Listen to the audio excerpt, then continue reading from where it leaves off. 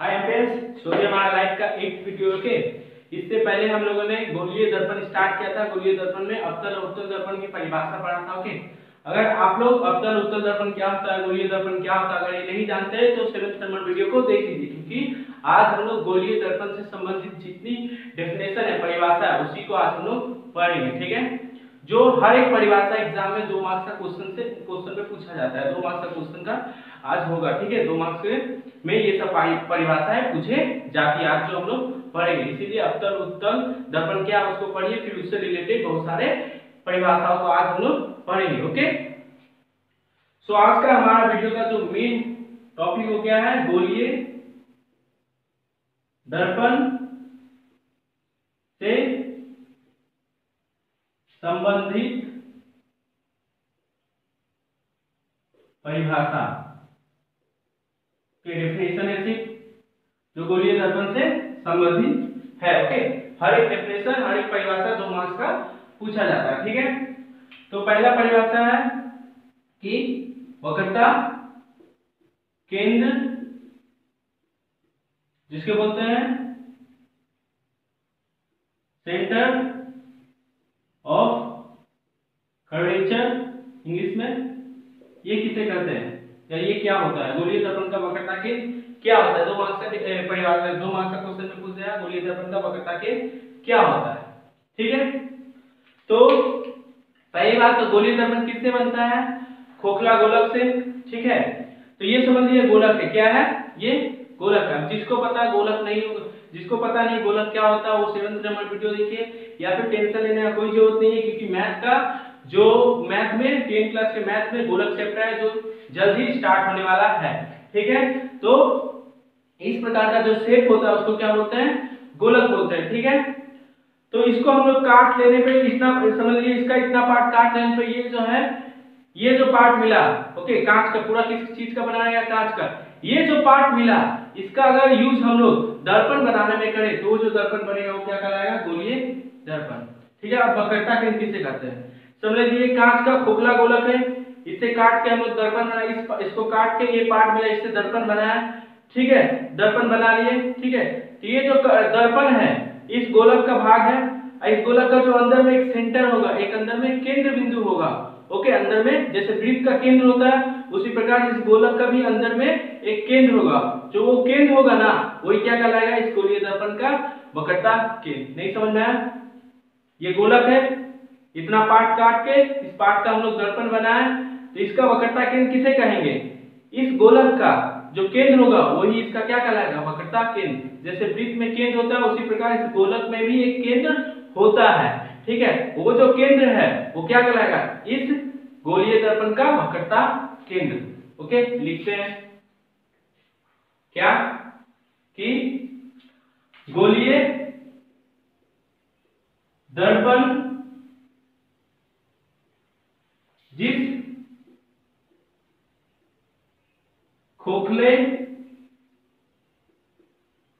गोलक का कटा हुआ भाग है, उस गोलक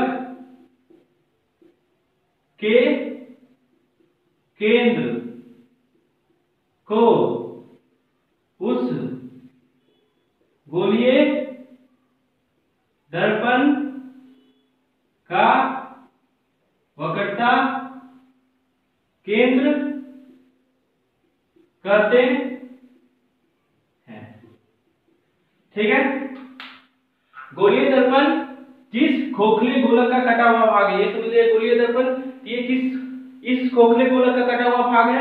इस खोखले गोलक का जो अंदर में एक केंद्र होगा, जिस प्रकार वृत्त का केंद्र होता है उसी प्रकार गोलक का भी केंद्र होगा। अंदर में जो केंद्र होगा वो केंद्र ही क्या कहलाएगा? इस गोलीय दर्पण का क्या? वक्रता केंद्र। इसको डायग्राम से कैसे दिखाते हैं समझ लीजिए। ये गोलक है, ठीक है, ये क्या है? गोलक। इस प्रकार हम लोग गोलक को दिखाते हैं। तो इतना जो डार्क किया पार्ट है, जो डार्क है पूरा, इतना पार्ट को हम काट लिए। ये मेरा क्या है? गोलीय दर्पण। इस पार्ट का उपयोग हम दर्पण बनाने में करें तो ये क्या है? गोलीय दर्पण।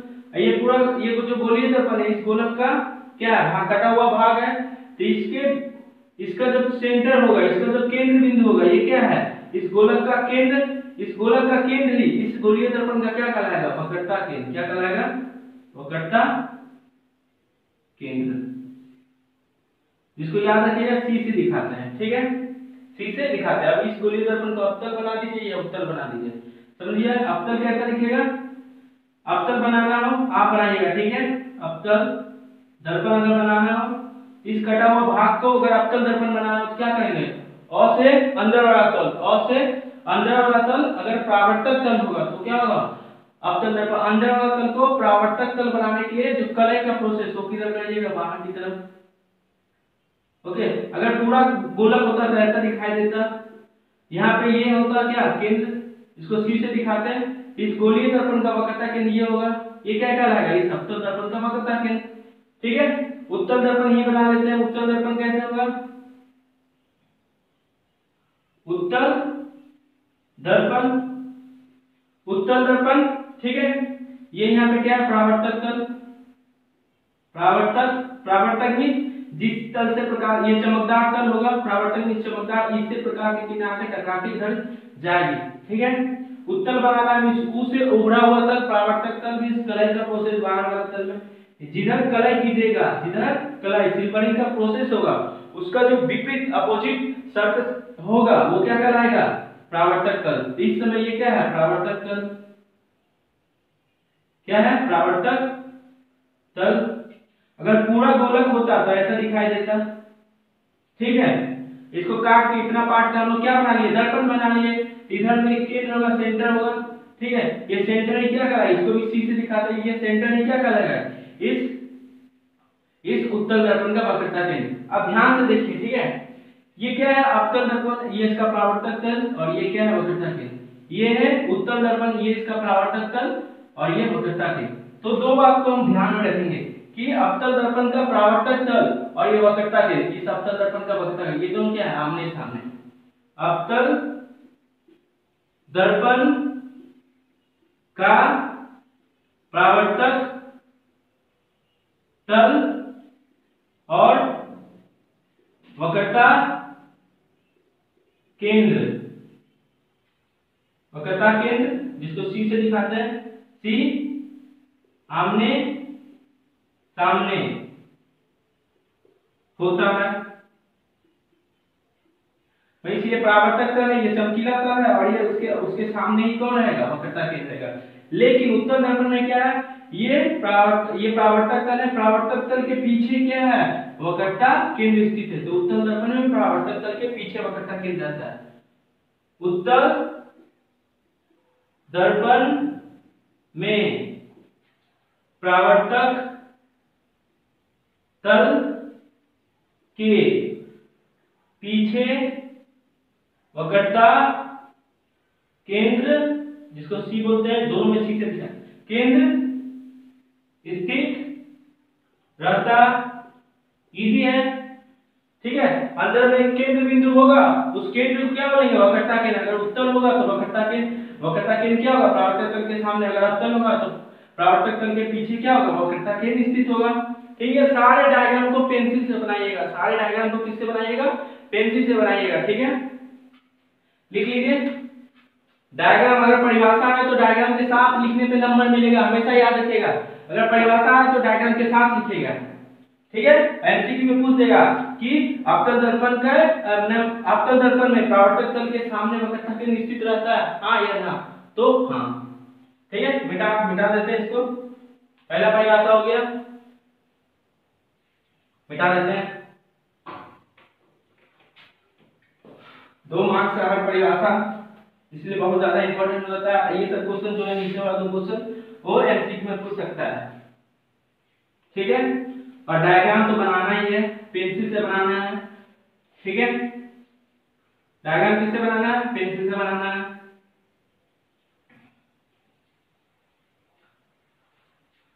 ठीक है। अब क्या आता है, अब आता है दूसरा, वक्रता त्रिज्या, जिसको बोलते हैं रेडियस ऑफ कर्वेचर,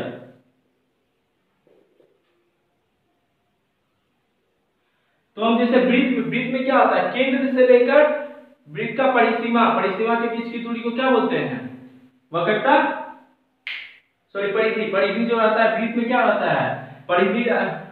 एक ऐसे वृत्त बनाते हैं, यहाँ केंद्र रहता है, ये परिधि, इन दोनों के बीच की दूरी को हम लोग क्या बोलते हैं, अर्धव्यास, इस वृत्त का अर्धव्यास। ठीक है, उसी प्रकार गोलक है, गोलक का अंदर में एक केंद्र बिंदु है, केंद्र है, उस केंद्र और इस गोलक के इस तरफ हमें समझिए, ये देखिए ये गोलक है, क्या है, एक प्रकार का गोलक है, अंदर में एक केंद्र होगा, केंद्र से लेकर ये सतह, ये जो सरफेस है, यहाँ के बीच की दूरी को हम लोग क्या बोलेंगे, इस गोलक का अर्धव्यास। गोलक का अर्धव्यास भी होता है, इसे आप लोग मैथ में डिटेल में पढ़िएगा, ठीक है, क्योंकि उसका वीडियो आने वाला ही है। ठीक है, हम लोग सिर्फ उसका सिंपल सा परिभाषा है, माने उसमें जो फिजिक्स में परिभाषा यूज होता है उसी को पढ़ेंगे। ठीक है, तो वक्रता त्रिज्या, गोलीय दर्पण का वक्रता त्रिज्या किसे कहते हैं, उसको लिखते हैं, गोलीय दर्पण जिस खोखले गोलक का कटा हुआ भाग है, उस गोलक के अर्धव्यास को उस गोलीय दर्पण का वक्रता त्रिज्या कहते हैं। समझ में आया? उस गोलीय दर्पण का वक्रता त्रिज्या कहते हैं, समझ लीजिए। ये अवतल दर्पण है, नहीं ये अवतल दर्पण नहीं, ये सिर्फ कटा हुआ भाग है। ओके, अवतल दर्पण आप खुद से बनाइए। और ये क्या है, ये समझिए उत्तल दर्पण बनाना है इसको। ये अभी कांच है, क्या है, ये कांच है। अवतल बनाने के लिए अंदर वाला तल क्या होना चाहिए, चमकदार होना चाहिए, परावर्तक तल होना चाहिए। उसके लिए हमको जो कलर सिल्वरिंग पेंट लगाने का, चमकीले पदार्थ लगाने का जो क्रिया है वो किस तल पे करना पड़ेगा, बाहर वाले तल में, तभी तो अंदर वाला तल क्या होगा, परावर्तक तल। और से अंदर वाला तल अगर परावर्तक तो कौन सा दर्पण होगा, अवतल दर्पण। ठीक है, उत्तल दर्पण। ठीक है, इसको कैसे सही से बनाना है मैं बता दूंगा। ठीक है, उत्तल दर्पण, उभरा हुआ तल, परावर्तक में इस कलर का प्रोसेस इधर होना चाहिए। अगर पूरा गोलक होता तो ऐसे बनता, पूरा गोलक होता तो ऐसे बनता। ठीक है, ये इसका सी होता है वक्रता केंद्र, ये इसका सी होता है वक्रता केंद्र। अब देखिए ये वक्रता, ये जो वक्रता केंद्र है, इस गोलक का क्या होता है, केंद्र बिंदु। तो हमको वृत्त है, वृत्त का केंद्र बिंदु, ये जो केंद्र है और ये जो परिधि, इन दोनों के बीच की दूरी को अर्धव्यास बोलते हैं। उसी प्रकार जो गोलक है, गोलक के अंदर भी केंद्र होगा और केंद्र का भी एक अर्धव्यास, केंद्र से लेकर जो सरफेस है, जो पूरा ठोस गोलक है, समझिए। मैं इसको दिखा तो नहीं पाऊंगा, लेकिन आप इमेजिन कीजिए, अंदर में एक केंद्र होगा, अंदर में इसका क्या होगा, एक मिडिल पॉइंट अंदर में इस गोलक का केंद्र होगा। केंद्र से लेकर ये जो सरफेस है, ये जो सरफेस है, वहां बीच एक सीधी रेखा खींच दीजिए, उसी को क्या बोलेंगे, इसका, इस गोलक का अर्धव्यास, गोलक का अर्धव्यास। तो ये केंद्र है, यहां से लेकर एक सीधी रेखा ऐसे खींच दीजिएगा, या ऐसे खींच दीजिएगा, या ऐसे खींच दीजिएगा, कोई भी यहां से ऐसे ऐसे ये सतह को टच होगा, ये अंदर से अंदर में समझिए, इसके अंदर में एक मिडिल पॉइंट है, वहां से लेके रेखा खींचेगा तो इसको टच होगा, इसको टच होगा। ठीक है, तो ये क्या है, इसे गोलक का अर्धव्यास, गोलक का अर्धव्यास, गोलक का अर्धव्यास। ये सब क्या है कि अर्धव्यास की, जैसे वृत्त में अर्धव्यास की लंबाई समान होती है, उसी प्रकार ये गोलक में भी अर्धव्यास की लंबाई क्या होगा, समान होगा, इसी को रेडियस बोलते हैं। तो यहाँ लिखिए क्या, उसको पढ़िए। गोलीय दर्पण जिस खोखले गोलक, इस खोखले गोलक का, ये गोलीय दर्पण है, ये पूरा खोखला गोलक है, इस खोखले गोलक का कटा हुआ भाग है, उस गोलक के अर्धव्यास को, ये सब के यहाँ से लेकर यहाँ की दूरी, यहाँ से लेकर यहाँ की दूरी क्या है, गोलक का अर्धव्यास। तो उस गोलक के अर्धव्यास को उस गोलीय दर्पण का वक्रता त्रिज्या कहते हैं। ये सब जो है, यहाँ से लेकर यहाँ, यहाँ से लेकर यहाँ, ये क्या कहलाएगा, इस गोलीय दर्पण का वक्रता त्रिज्या। सिंपल सा बात है। गोलक का अर्धव्यास ही गोलीय दर्पण का क्या कहलाएगा? वक्रता त्रिज्या, रेडियस ऑफ कर्वेचर कहलाएगा। गोलक का अर्धव्यास, रेडियस ही क्या कहलाएगा? इस गोलीय दर्पण, जो भी गोलीय दर्पण बनेगा उस गोलीय दर्पण का वक्रता त्रिज्या कहलाएगा। समझ में आया? जो गोलक है, गोलक का जो रेडियस है यही क्या कहलाएगा? गोलक का जो अर्धव्यास है वही क्या कहलाएगा? ये जो गोलीय दर्पण है उसका वक्रता त्रिज्या। समझ में आया? ठीक है। तो गोलक का अर्धव्यास क्या कहलाया है? गोलक का ये सब अर्धव्यास है। ठीक है। गोलक का जो अर्धव्यास होगा वही क्या कहलाएगा? वक्रता त्रिज्या। अगर गोलक का बोले एक गोलक का अर्धव्यास है 2 सेंटीमीटर, एक गोलक का अर्धव्यास है 2 सेंटीमीटर, तो उस गोलक से बनने वाले दर्पण का वक्रता त्रिज्या कितना होगा? 2 सेंटीमीटर होगा। क्वेश्चन करवा देते हैं, फिर समझ में आएगा। ठीक है। इसको डेफिनेशन को लिखिए, फिर क्वेश्चन करते हैं। मिटा दे, क्वेश्चन में समझ में आएगा। क्या है क्वेश्चन? क्वेश्चन आएगा, अगर एक खोखले कांच के गोलक का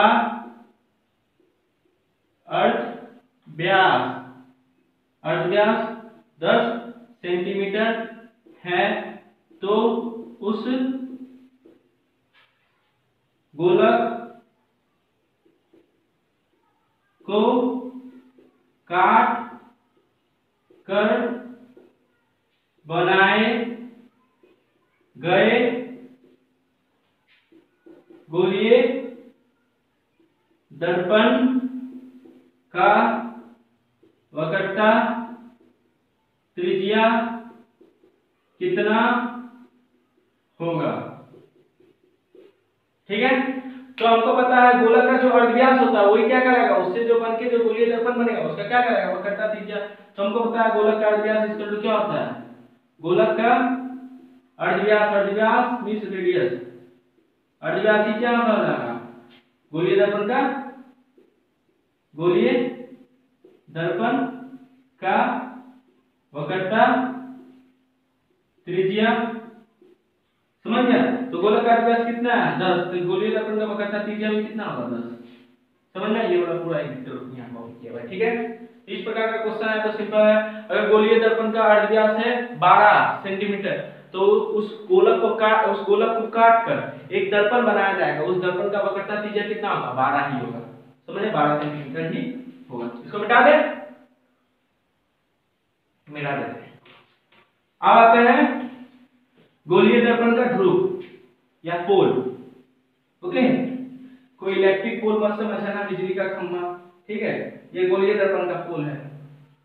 पहले परिभाषा लिखे फिर समझेंगे क्या है ध्रुव। गोलीय दर्पण का ध्रुव या पोल किसे कहते हैं? अगर क्वेश्चन आया तो इलेक्ट्रिक पोल मत कहना, जिसपे तार लटका रहता है उसको बोलते हैं पोल। ठीक है। ये गोलीय दर्पण का बात हो रहा है। ठीक है। तो गोलीय दर्पण का पोल किसे कहते हैं? ठीक है। ठीक है। सब लोग गोलक को काट के ये इस प्रकार कांच का पार्ट मिला, इसका हम लोग दर्पण बनाने में उपयोग करेंगे। तो ये क्या बनेगा? गोलीय दर्पण। अब उत्तल बनाना है या अवतल बनाना है ये हम पे डिपेंड करता है भाई। समझ लो, ये अभी गोलीय दर्पण है। समझ लो, यहां से लेकर यहां तक की कुछ लंबाई होगी, उसको हम लोग माप लेंगे। उस लंबाई को दो बराबर भागों में बांट देंगे। तो यहां से एक बिंदु डालेंगे, इधर से इधर की लंबाई, यहां से यहां की लंबाई क्या होगा? समान होगा। यहां से ये गोलीय दर्पण है और यहां से यहां की लंबाई, यहां से यहां की लंबाई समान होगा। तो ये जो पॉइंट है जो इस गोलीय दर्पण को दो बराबर भागों में बांट रहा है, ये पॉइंट ही क्या करेगा? इस गोलीय दर्पण का अवतल हो या उत्तल हो, उस गोलीय दर्पण क्या करेगा? वक्रता पोल क्या करेगा? पोल। समझ में आया? गोलीय दर्पण के मध्य बिंदु को जो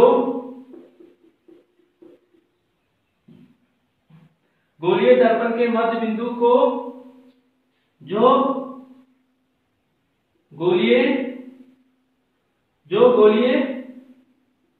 दर्पण को दो बराबर भागों में बांटती है। उस बिंदु को उस गोलीय दर्पण का ध्रुव कहते हैं। डायग्राम बनाना है, ठीक है। तो देखिए अब तो आप लोग खुद से बना सकते हैं। ये है, अगर इसको अवतल बनाना हो तो खुद से बनाइए, अवतल दर्पण, ठीक है। और इसको अगर उत्तल बनाना हो तो खुद से बना लीजिए, ठीक है। अवतल, अंदर वाला तल, परावर्तक तल, अंदर वाला तल, परावर्तक, इस तरह का प्रोसेस बाहर वाले, ये अवतल दर्पण। उत्तल, अगर उभरा हुआ तल को परावर्तक तल, तो कलय का प्रोसेस क्या होगा, इधर, ठीक है। अवतल उत्तल। अब क्या करना है, गोलीय तल, यहां से समझिए ये क्या है। इस प्रकार के शेप को हम लोग ऐसे दिखाते हैं, पता ही होगा। तो यहां से देखिए, समझिए यहां से यहां की लंबाई को ऐसे हम लोग दिखा रहे हैं। यहां से यहां की लंबाई अगर 6 सेंटीमीटर है, यहां से यहां की लंबाई 6 सेंटीमीटर होगा, तो इसको दो बराबर भागों में 3 सेंटीमीटर इधर से, 3 सेंटीमीटर यहां से लाइन खींचेंगे। यहां पे जो एक पॉइंट होगा, इस पॉइंट को यहां पे मिडिल पॉइंट होगा, यहां पे मिडिल पॉइंट होगा, उसी को क्या बोलेंगे, इस गोलीय दर्पण का ध्रुव, ठीक है। क्या बोलेंगे, ध्रुव, जिसको हम लोग कैपिटल पी से दिखाते हैं, क्या बोलेंगे, कैपिटल पी।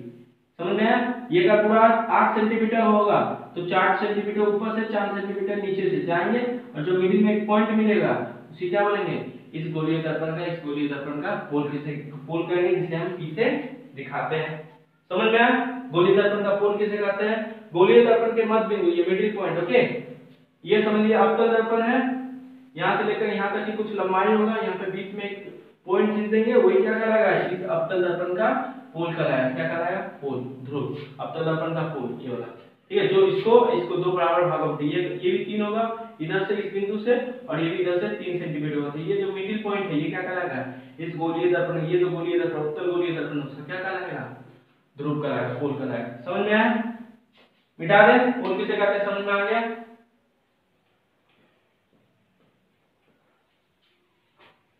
ओके, अब हम लोग पढ़ते हैं चौथा परिभाषा है प्रधान अक्ष। प्रधान को कभी कभी मुख्य भी बोला जाता है, या मुख्य अक्ष, इंग्लिश में प्रिंसिपल एक्सिस। बहुत इजी, बहुत ज्यादा इजी, बहुत ज्यादा काम का चीज, बहुत ज्यादा इजी, बहुत ज्यादा काम का चीज। पहले डायग्राम से समझ लेते हैं।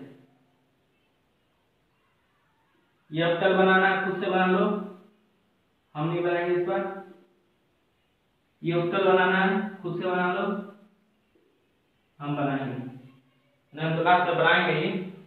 अवतल दर्पण है, अवतल दर्पण बनाने के लिए अंदर अवतल परावर्तन, इस कलाई का जो प्रोसेस होगा, चांदी उंदी पेंट लगाने का प्रोसेस होगा, बाहर वाले तल में होगा। उत्तल, उभरा हुआ तल, परावर्तक तल, ऊ से उत्तल, ऊ से उभरा हुआ तल, परावर्तक तल, मींस कलाई का प्रोसेस होगा किस तरफ होगा, अंदर वाले तल में। कलाई क्या होता है नहीं पता, वीडियो देखो, पुराने वीडियो, ठीक है। कलाई क्या होता है, चांदी चमकीले पदार्थ जैसे चांदी, पारा, एल्युमिनियम इत्यादि लगा देते हैं, जिसके कारण ये वाला तल क्या हो जाता है, बहुत चमकदार होता है, जिसके कारण ये तल क्या हो जाता है, परावर्तक तल। ये वाला तल को परावर्तक तल बनाने के लिए जो कलाई का प्रोसेस है, उसके पिछले वाले तल में करना पड़ता है, ठीक है। समझ में आया। ये इसका मिडिल पॉइंट होगा पोल, ये भी इसका मिडिल पॉइंट होगा पोल। यहाँ पूरा अगर गोलक होता, यहाँ पे कहीं वक्रता केंद्र होता, यहाँ पे क्या होता है, वक्रता केंद्र। अगर पूरा गोलक ऐसे बनाएंगे, इधर कहीं होगा वक्रता केंद्र, इसको सी से दिखाते हैं। अब ये प्रधान अक्ष से कहते हैं। तो एक ऐसी सीधी रेखा खींच देंगे, एक ऐसी सीधी रेखा खींच देंगे, गोलीय दर्पण में खींची गई एक काल्पनिक रेखा है, कल्पना किए, ऐसा हम कल्पना किए, क्या किए, कल्पना किए, समझ लो। ये है पोल है, और इधर ये पूरा अगर गोलक ऐसे होता तो इधर पे कहीं वक्रता केंद्र होता। तो हम ऐसा कल्पना कर लिए कि एक सीधी रेखा जो ये वक्रता केंद्र और ये पोल को ऐसे मिला है, सीधा रेखा, एक सीधी रेखा, यहाँ पे कोई वक्रता केंद्र होता तो ये एक सीधी रेखा खींचेंगे तो यहाँ पे वक्रता केंद्र पोल को मिलाते हुए आगे बढ़े। पोल और वक्रता केंद्र को मिलाने वाली एक काल्पित मीन्स कल्पना की है। ऐसा सीधी रेखा सच में आईना पे कोई सीधी रेखा होता नहीं है, लेकिन कल्पना की है कि एक सीधी रेखा जो पोल और वक्रता केंद्र को मिला उस सीधी रेखा को क्या कराएंगे, इस गोलीय दर्पण का प्रधान अक्ष। समझ में आया? एक ऐसा इमेजिन किए एक लाइन जो गोलीय दर्पण के पोल और वक्रता केंद्र को मिलाते हुए आगे बढ़े, गोलीय दर्पण के पोल और वक्रता केंद्र को मिलाते हुए आगे बढ़े, उस सीधी रेखा को हम क्या बोलेंगे, इस गोलीय दर्पण का प्रधान अक्ष, इस गोलीय दर्पण का प्रधान अक्ष। ये रेखा भी मिला रहा है लेकिन ये सीधा नहीं है तो इसको प्रधान अक्ष नहीं बोलेंगे। समझ में आया? सीधी रेखा जो इस गोलीय दर्पण के वक्रता केंद्र, ये है C से वक्रता केंद्र और P से पोल, वक्रता केंद्र पोल को मिलाते हुए सीधा आगे बढ़े, उसे क्या कहेंगे, इस गोलीय दर्पण का प्रधान अक्ष, इस गोलीय दर्पण का प्रधान अक्ष। ये क्या है? प्रधान अक्ष। ये क्या है? प्रधान अक्ष। समझ में आया? C और P को मिलाने वाली सीधी रेखा को क्या बोलेंगे, उस गोलीय दर्पण C में वक्रता केंद्र, P में पोल, प्रधान अक्ष। समझ में आया? तो क्या है परिभाषा, क्या होगा, गोलीय दर्पण के वक्रता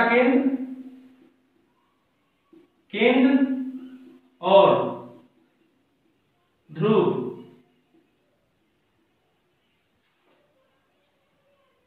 P वक्रता केंद्र CP को मिलाने वाली सीधी रेखा को उस गोलीय दर्पण का प्रधान अक्ष या मुख्य अक्ष या प्रिंसिपल एक्सिस कहते हैं, अथवा प्रधान अक्ष लिखेंगे। ठीक है, अक्ष कहते हैं। समझ में आया? एक ऐसी सीधी रेखा खींचेंगे, कल्पित रहता है, इमेजिनरी रहता है। ठीक है, सच में आईना पे सच में थोड़ी ऐसी सीधी रेखा खींचा जा सकता है ना। हाँ, तो एक ऐसा इमेजिन कर दिए कि यहाँ पे पोल होगा, यहाँ पे वक्रता केंद्र होगा और उसको मिलाने वाली एक सीधी रेखा, उसको मिलाने जो ब्लैक लाइन है क्या कराएगा, इस गोलीय दर्पण का प्रधान अक्ष, इस गोलीय दर्पण का प्रधान अक्ष। ठीक है, गोलीय दर्पण के वक्रता केंद्र यानी C और पोल को मिलाने वाली अर्थात P ध्रुव को मिलाने वाली सीधी रेखा को उस गोलीय दर्पण का क्या कहेंगे, प्रधान अक्ष कहेंगे। बोलेगा अवतल दर्पण, अगर पूछ दिया अवतल दर्पण का प्रधान अक्ष किसे कहते हैं तो क्या लिखोगे, अवतल दर्पण के वक्रता केंद्र पोल को मिलाने वाली सीधी रेखा को अवतल दर्पण का प्रधान अक्ष कहते हैं। अगर इस उत्तल दर्पण का पूछे तो जहां जहां गोली है वहां उत्तल लिख देना हो जाएगा। ठीक है, हो गया, मिटा दे। अब आज का लास्ट डेफिनेशन, उसके बाद नेक्स्ट वीडियो जो आएगा गोलीय दर्पण से संबंधित परिभाषा ही होगा। ठीक है, तो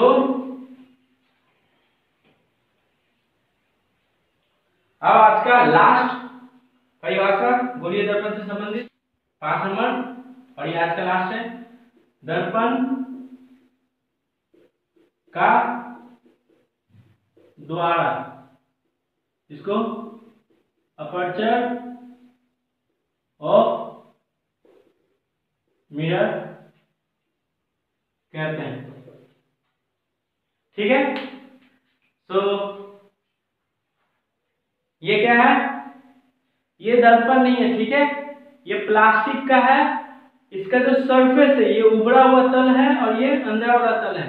अवतल अवतल दर्पण भी ऐसा ही होता है, ये कांच का बना रहता है लेकिन ये ऊपर निकला हुआ रहता है तो उसे उत्तल, ये कांच का रहता है लेकिन अंदर वैसे रहता है, इस प्रकार अंदर से धसा रहता है तो क्या बोलेंगे, अवतल। ठीक है, इसकी हम अवतल दर्पण से तुलना करने के लिए ये वाला शेप हम लिए हैं। ठीक है, तो ये मत समझना ये प्लास्टिक है, इसको हम लोग दर्पण बोल रहे हैं। ठीक है, कांच का ही रहेगा, इसमें आप अपना शक्ल देख पाइएगा, जैसे समतल दर्पण में देखते हैं वैसे अवतल उत्तल में भी देख पाइएगा।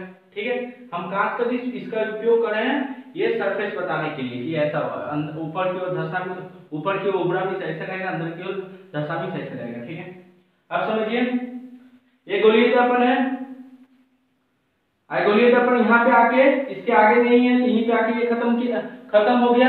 ये क्या है, ये सब जो है यहाँ पे जितना भी एक बिंदु लीजिए यहाँ पे और एक बिंदु लीजिए यहाँ पे, ये आमने सामने वाला बिंदु है, आमने सामने वाला बिंदु बिंदु और कैसा बिंदु है, अंतिम बिंदु। इसके बाद तो ये अवतल दर्पण और आगे है नहीं ना, ये अंतिम है, ये लास्ट है, इसके पहले अवतल दर्पण है, लेकिन इसके बाद अवतल दर्पण और बड़ा दर्पण है नहीं ना, इतना ही छोटा है ना, इसके बाद दर्पण नहीं है। तो ये यहाँ पे जो भी दो, यहाँ पे कोई भी बिंदु रहेगा उसको क्या बोलिएगा, अंतिम बिंदु, शीर्ष बिंदु भी बोल सकते हैं, ठीक है, ठीक है, मैंने सबसे बाहरी वाला बिंदु, इसके बाद अवतल दर्पण है ही नहीं है, या अवतल गोलीय दर्पण का कुछ भाग है ही नहीं है, ये बिंदु सब क्या करेंगे, यहाँ पे जितना भी बिंदु एक ले लीजिएगा ऐसे छोटा छोटा पॉइंट, वो सब क्या कहलाएगा, अंतिम बिंदु, ठीक है। तो समझ लीजिए यहाँ पे एक अंतिम बिंदु लिए और यहाँ इसके सामने यहाँ पे एक अंतिम बिंदु लिए, तो दो आमने सामने बिंदुओं को मिलाने वाली एक यहाँ पे एक सीधी रेखा खींच दीजिएगा, जो क्या करेगा, दो आमने सामने, आमने इसके सामने वाला, इसके आमने सामने ये और इसके विपरीत इधर वाला, इन दोनों बिंदुओं को मिलाने वाली जो एक सीधी रेखा खींच देंगे, यहाँ से एक सीधी रेखा खींच देंगे, वो क्या करेगा, इस गोलीय दर्पण का द्वार। समझ में आया, ये भी अंतिम बिंदु होगा और यहाँ भी क्या होगा, अंतिम बिंदु, तो इन दोनों को मिलाने वाली रेखा को हम लोग नहीं बोलेंगे इस गोलीय दर्पण का द्वार। अंतिम बिंदु और इसके सामने वाला इधर वाला अंतिम बिंदु, इन दोनों को मिलाने वाली एक सीधी रेखा होगी, उस सीधी रेखा को क्या बोलेंगे, दर्पण का द्वार। तो क्या बोलेंगे, गोलीय दर्पण के आमने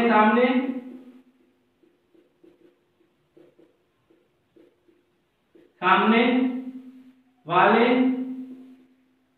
अंतिम बिंदुओं को मिलाने वाली सीधी रेखा को दर्पण का द्वारक कहते हैं। यह अवतल दर्पण होगा, अंदर वाला का परावर्तन अवतल दर्पण, तो ऐसे बनाएंगे अवतल दर्पण। तो यहाँ पे बिंदु होगा और यहाँ पे बिंदु, इसके सामने यहाँ पे बिंदु, यहाँ पे तो एक सीधी रेखा खींच देंगे, दो इन दोनों को यहाँ पे बिंदु और इसके सामने यहाँ पे बिंदु, एक सीधी रेखा खींच देंगे, ये क्या कहलाएगा, इस दर्पण का द्वारक कहलाएगा। समझ में आया, पेंसिल से बनाएंगे ये सब। ये कौन सा अवतल दर्पण, ठीक है, उत्तल आप बना लीजिए। ओके, उत्तल के लिए उभरा बदल क्या होना चाहिए, परावर्तन जो तुलय का प्रोसेस है इस वाले तल में होगा, तो ये चरम बिंदु। ओके, यहाँ पे और यहाँ पे इन दोनों मिलाने वाली जो सीधी रेखा होगी वो क्या कहलाएगा, दर्पण का द्वारक, ठीक है। समझिए ये कौन सा दर्पण है, उत्तल दर्पण। समझ में आया, यहाँ पे अंतिम बिंदु और यहाँ पे अंतिम, आमने सामने वाला अंतिम बिंदु को मिलाने में एक सीधी रेखा खींच देंगे, तो इन दोनों को मिलाएगा, इन दो पॉइंटों को मिलाएगा, तो क्या कहलाएगा, वो इस गोलीय दर्पण का द्वारक कहलाएगा। समझ में आया। तो आज के लिए 5 ही परिभाषा, ठीक है। इसके बाद सेकंड, इससे बाद वाले वीडियो में हम लोग गोलीय दर्पण से संबंधित परिभाषा ही पढ़ेंगे, ठीक है। तो आज के लिए इतना ही।